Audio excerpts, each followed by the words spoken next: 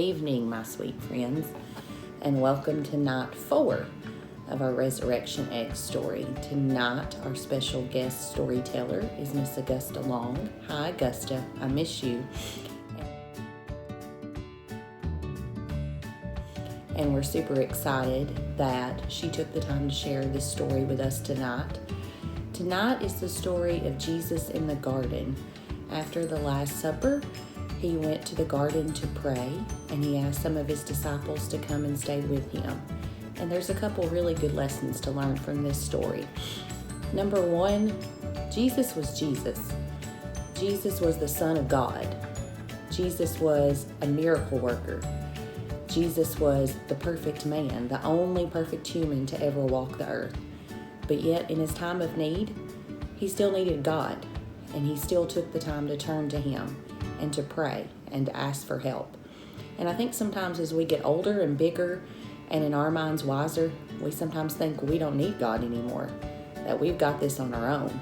But we never stop needing God, no matter how old we get, no matter how smart we get, no matter how wise we get.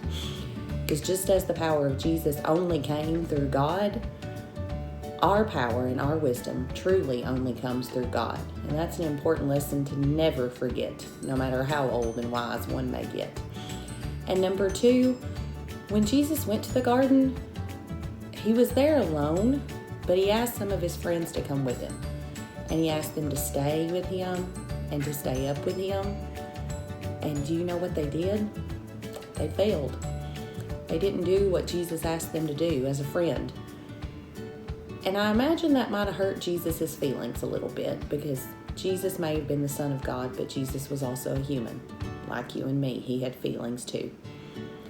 So I think that's an important reminder to us that when our friends ask us for help, when our friends ask us to be there, we may not want to be there. I doubt the disciples really wanted to be there. They wanted to go to sleep. They wanted to rest. They wanted to go do their own thing. But their friend needed them. So maybe when our friends need us, we need to remember that it's our calling to be there for them. Even if we don't understand why, even if we think we've got better things to do, when your friends need you, you step up. And that's another important lesson to learn.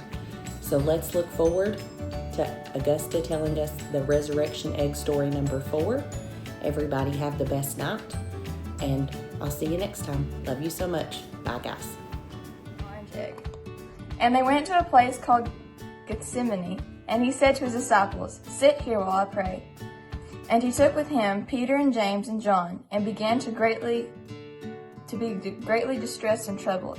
And he said to them, "My soul is very sorrowful, even to death. Remain here and watch." Inside the orange egg is praying hands. After dinner with his disciples, Jesus took them to a garden. He asked them to pray while he went to another place in the garden to talk to God alone. He began to be sad and to dread what he knew was going to happen soon. He was going to die. Jesus was willing to die.